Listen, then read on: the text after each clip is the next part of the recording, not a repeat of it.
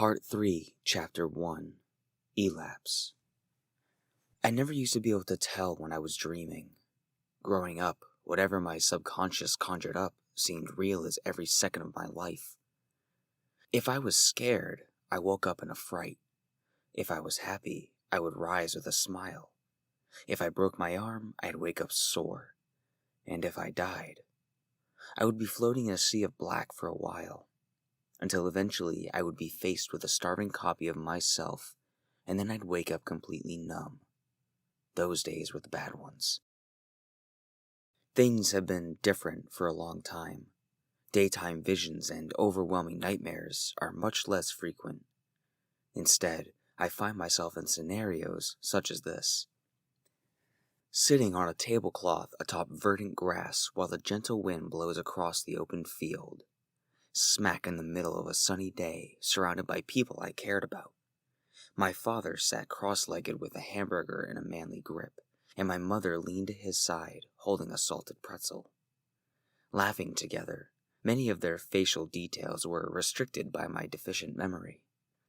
To my left were Tansu and her mom, playing some card game just outside of my peripheral with their modest meals on paper plates at their sides. On my right was Joey, clasping a glass bottle of orange soda in one hand while the other waved and flapped along with the story he was sharing, though I did not fully grasp the tale. I smiled, eyes drifting across each and every one of them, absorbing little melodies of obscure banter. This is a dream I find myself returning to, one that I chose during a late night after sentimental grief squeezed a few tears out of me. The open blue sky and infinite field of grass never got old. Their looping, bleary motions fill me with a comfort that, even now, I can't quite secure when awake. I felt her lean. All at once, a chill rippled across my arms, and I pressed my back against hers. It wasn't really her, in the same way that I wasn't really me in here. A projection, vicarious, but I knew that if her visage appeared, I would soon wake up. Alice then stood up behind me, and this time I peered over my shoulder to catch a glimpse. She wasn't there. Instead, I saw a gray sky in place of the blue, as though it had always been dreary and bland. The grass was wilted and bent by a more aggressive wind. I rose to my feet and noticed they too were gone. I was all alone, and a storm was coming. The sound of crashing rain slowly rose like white noise in my ears. A pestering thump in my chest kick-started anxiety as this dream quickly developed into something else. Turning in a circle, I got the cold sensation that the field had shrunk. By the second full spin, the rain had reached me, and I was drenched in a moment. Thousands of raindrops interrupted my vision and dulled my senses. I called her name, but nothing came out. I willed myself to move, but I remained in place. I attempted to turn again, but found myself unable, stuck, drowning. Then a flash of white forced my attention. Whipping to the side, I snapped onto a silhouetted shape. Short, slender, half her hair missing. Chrism. The next thing I knew, I was sprinting after her. She didn't run, nor did she pay me any mind. She stood with her back to me, looking up to the heavens while I kicked up patches of grass and mud. Desperate, now crying, the sound of rain grew louder and louder, deafening. Every droplet impacted my skin like concrete shrapnel. Still, I sprinted after her. Every drop of water was accompanied by a word, a syllable, or a breath. Each time I was struck, I was infected by it. Fragments of my past that lessened my pace and iced over my skin. My bones creaked and my skin burned. It was starting to become too much, but just as that notion entered my brain, Chrism appeared in front of me and I was forced to stop. Then a knocking sound shook my skull. My eyes shot open and I was met by the eggshell white ceiling. Calm, breathing lightly through my nose, my head slowly wavered back and forth, keeping my balance. The bedroom door opened, and my eyes tracked to it on my left by my feet. Tansu peered in, hair still wet and face soft with a smile. "Good morning, sleepyhead." I inhaled long and deep, letting it out through my lips and arching my back slightly. With a grunt, I spoke. "Morning, Ton. Sorry, I was stuck in a dream." She opened the door a little more, revealing she was already dressed for school. "Do you need the bathroom?" she asked, knowing from her recent past that I may be nauseous. I rustled my hair and sat up. "Nah." "Are you sure? Maybe just to fix your hair," she giggled. "What do you mean? Just rolled out of bed is what I aim for," I chuckled. She rolled her eyes, amused. "At least wash your face." Yeah. How long do I got?" She pondered. "He should be here in 30 minutes, give or take." A yawn swelled my chest, and I cut my mouth to catch it. I started speaking before it finished. "Sounds good. I'll, get changed and freshen up."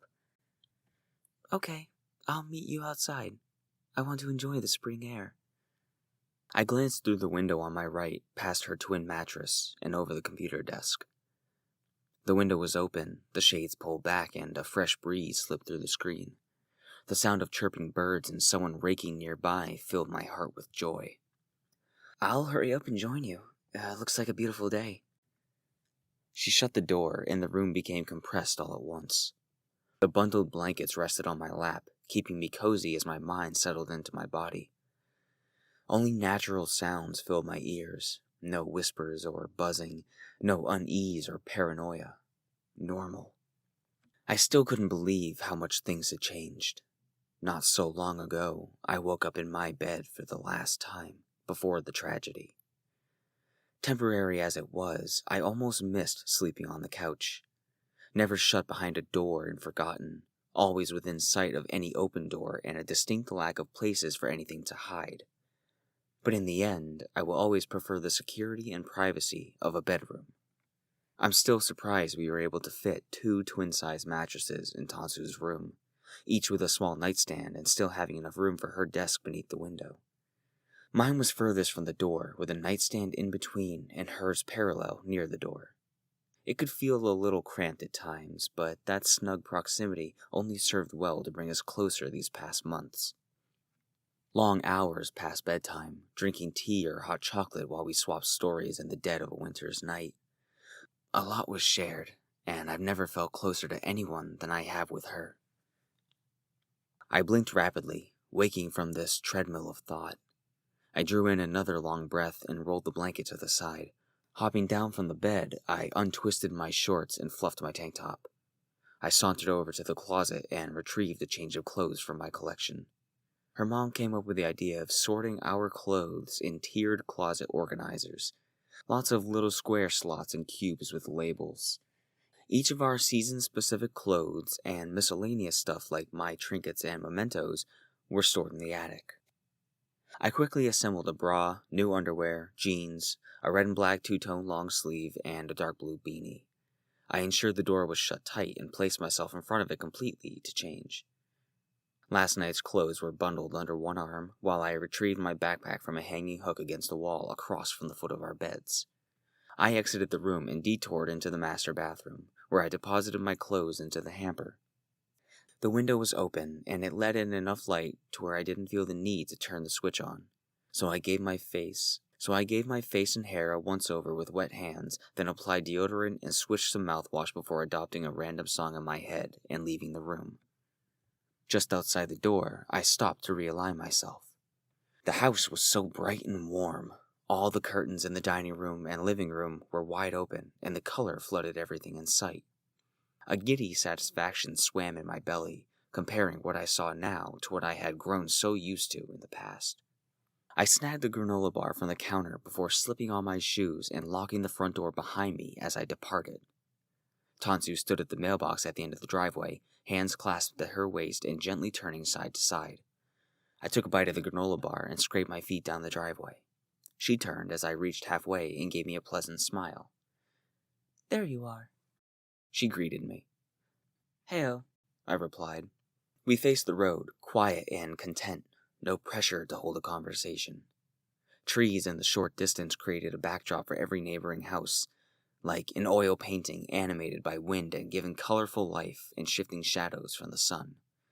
It was still early, so most houses were asleep or only starting to wake, save for an elderly man across the street who always got up early to be productive, something I noticed during those sleepless nights that bled into sunrise. He seemed to be almost done raking, and I spent the next minute wondering what he might move on to next. I chewed the last bite softly, just enjoying peace and crumpling the wrapper in my pocket. I glanced at Tansu. Those 3 freckles beneath her right eye held my attention until she caught my gaze and shared in the moment. I smiled again, and she matched me, growing slightly red. "What?" She giggled. "Nothing, just feeling nostalgic today." "Well, what are you thinking about?" I looked ahead, back at the elderly man as he pulled a pile onto a tarp. He happened to look up, saw me staring, and waved. I waved back. "A lot of stuff. Mostly about just how much has changed. Yeah, with you, with me, everything." "Of course things have changed. That was your intent." She leaned on her toes and rolled back onto her heels. November, you told me you were going to try and rebuild. We all see that effort, and the result is reflective in your mood, I think." "You saying I'm more pleasant to be around?" I chuckled. "I'm saying we all know how hard it's been, and how much effort you've given. But you didn't give up. You made it to the other side." She gestured the sun. "And get to reap the rewards." A playful grin as she planted her feet flat. "The rewards being some color in my life," I said somberly. She paused, thinking. "You had a weird dream last night, didn't you?" I side-eyed her. "That obvious?" She jostled her neck. "I've learned the signs and patterns," she smirked. I slipped both hands into my pockets. In the back of my mind, I heard a sarcastic gagging sound. In the shadow of a blink, I saw Alice standing against the black with her arms folded over and eyes closed. I smirked, dropping my stare to the ground. "The other side," I whispered as dreadful fingers played with my hair. In close to 5 minutes, a car entered our view down the road to the right. It took the turn carefully, rumbling close to the sidewalk at a reasonable speed until it reached the driveway and pulled in. The shifter clicked and secured it to the pavement while the 2 of us took off our bags and approached. Joey leaned over the seat as the passenger window rolled down, greeting us both. "Whoa, she didn't oversleep this time?" He feigned shock. I clamped my fingers over the thin glass as it entered the inner door, then rested my palm over the gap. "Bite me, Joey. You'll never let me live that down, will you?" Tansu opened the back passenger door and tossed her bag behind his seat on the floor. As she got in, he looked to her and gave a friendly head nod before prodding her recollection. "No, and if it was me sprinting out the door, dragging my bag by the strap, toothpaste still on my lip, and my shirt on backwards, you wouldn't let me live that down either. Am I right? You wouldn't let me live that down either. Am I right?" His eyes darted to hers. Tansu shriveled slightly, pursing her lips. "Don't involve me. This is between you 2. "Ah, come on.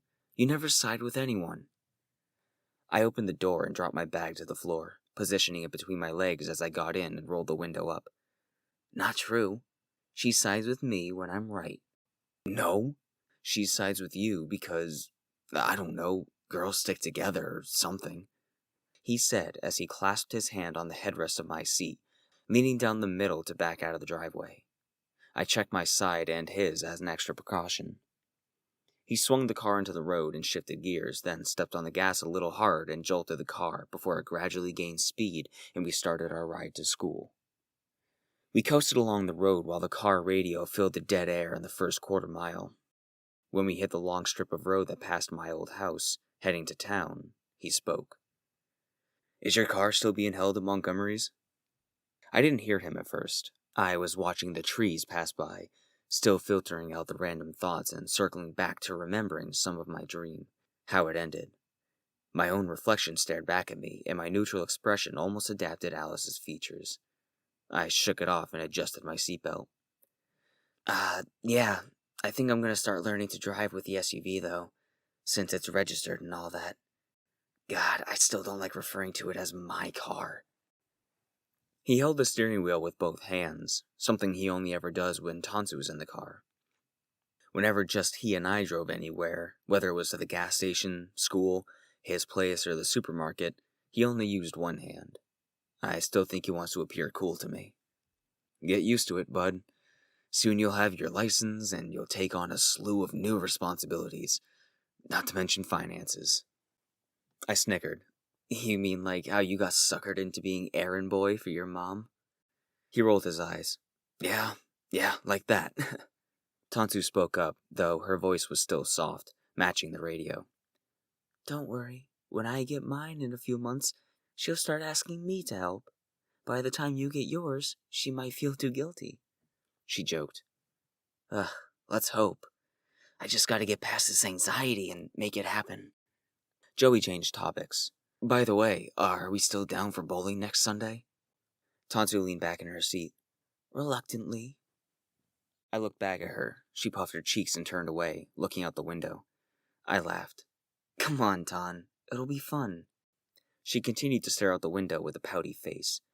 It's embarrassing. I can't throw the ball right. Joey spoke. You'll be fine. You did it once before and got 80 points. That's not too bad. Tansu looked forward, face red. It's awful! My lips curled, holding back laughter. Joey gripped the wheel tighter with a wide grin. No, it's not so bad. He nearly broke. Tansu whined. Guys, don't make fun of me. I cleared my throat. Listen, we'll all use bumpers so it's fair and casual. I promise not to laugh at your granny throws again. Tansu gave a light jab to my elbow, leaning over the center console. I retracted it and gave her a playful wink. She sank into her seat, the redness fading, and exhaled through her nose, faintly smiling back. At this point, we reached town and pulled up to a stop sign. A school bus passed in front of us, followed by another 2 cars, and then we were able to pull out onto the main road. From here, we simmered down and let the radio ease us into the proper mindset. A few minutes later, we entered the school parking lot, and Joey slotted the car into an empty space between some beat-up truck and a little sports car. The engine grumbled and gave a final shiver before going quiet. We all snatched up our bags and emptied out of the vehicle, joining the sparse groups of students dragging their feet towards the front doors. As we approached, Joey to my right and Tansu closer on my left, I couldn't help but listen in on the underlying ambience. The chatter of a few kids 50 feet away, the ticking of the first wall-mounted clock inside the lunchroom, the rumble in Joey's stomach. I shifted away from sounds and focused on feelings instead. Tansu appeared content, her aura a fluttering pale blue. Joey seemed all right at a glance, but his aura had a gray discoloration, indicative that he had cried recently. Or at least, that's what Alice has told me in the past. She interprets the more complex side of my senses, auras, inklings, and alike. I think she enjoys being somewhat of an educator, now that her original purpose has been halted.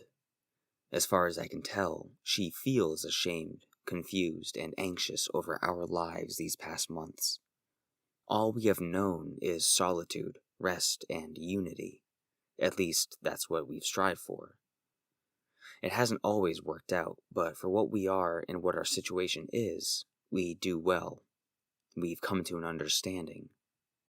We entered through the front doors, and the bustle of a semi-lively school setting stirred my expansive prodding, like every single time before. I took a slow breath and retracted my own awareness to the best of my ability, a little bubble of dulling isolation. We took our seats at a table with one of Joey's friends, Isaac, and let them chat. Tansu and I sat in mutual wordlessness. She took out a book to read for the next 20 minutes while I propped myself up on both elbows, just looking around. A sinister buzz crept up in the back of my neck, and with it came a preceding echo in her voice. After school, we're still letting loose, right? Her stinging tone made my neck go stiff and made me crack it to the side. I said I would, didn't I? I spoke in my head. You don't always keep your promises. I could hear the salivated smack of her lips. Well, sorry my dedicated demon time gets interrupted once in a while by real-world obligations, I said sarcastically. She growled. You owe me for the last time you bailed. Chill. It's only a half day today. Tansu's riding with her mom to a doctor's appointment after school, and I'm taking the bus. We'll have plenty of time before they get back. She grunted again, making my finger twitch. I clasped my fist shut and glowered briefly. Her expression sent a tiny shockwave across my skin. I'm so pent up, I could explode. I winced. I know. I am too. I'm sorry, I won't let us go so long next time. Her presence swelled, pushing the limits of my brain to make a point, and then receded to her constant burr. I shook my head, blinking away the spackled stars in my vision. A jitter of excitement tickled my chest, and anticipation for the end of the day set in. There can be no peace without sacrifice. My being here, still, is not without condition.